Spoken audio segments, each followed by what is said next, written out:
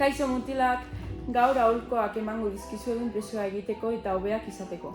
Zalantzarik gabe, tipa hauekin zure lagunen artean nabarmenduko zara eta gustuko duzunaren neska arreta lortuko duzu. Lehenengo aholkoa. Ez ibili jende mota batekin, ez izan beldurrik plan bat baztertzeko. Ez duzu zertan egon behar nahi ez duzun jendearekin. Inork ez zaitu behartuko. Gaur zelatutan ikusiko gara?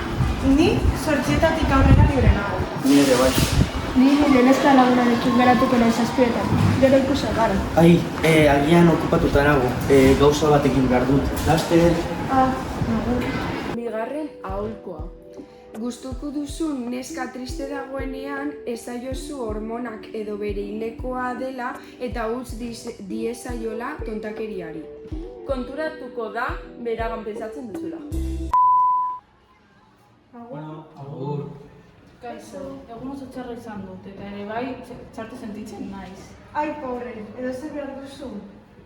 Agian hilekoa da edo hormonak aldatzen ari zaizu, tontakeriak dira, gero pasatuko zaizu.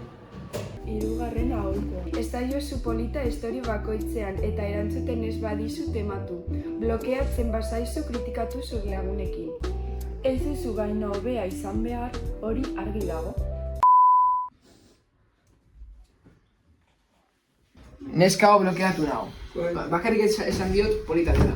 Ze idiota. Importantea sentitzen da. Bai. Eta amaitzeko bonus bat.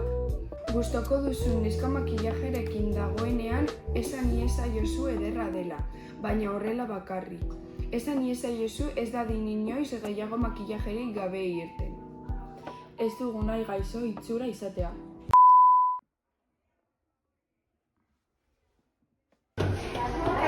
Kaixo, gaur makillajerekin etorri zara. Bai, denbora izan dut goizean. Horrela beto, horrela gaixorik ez saldera emateko.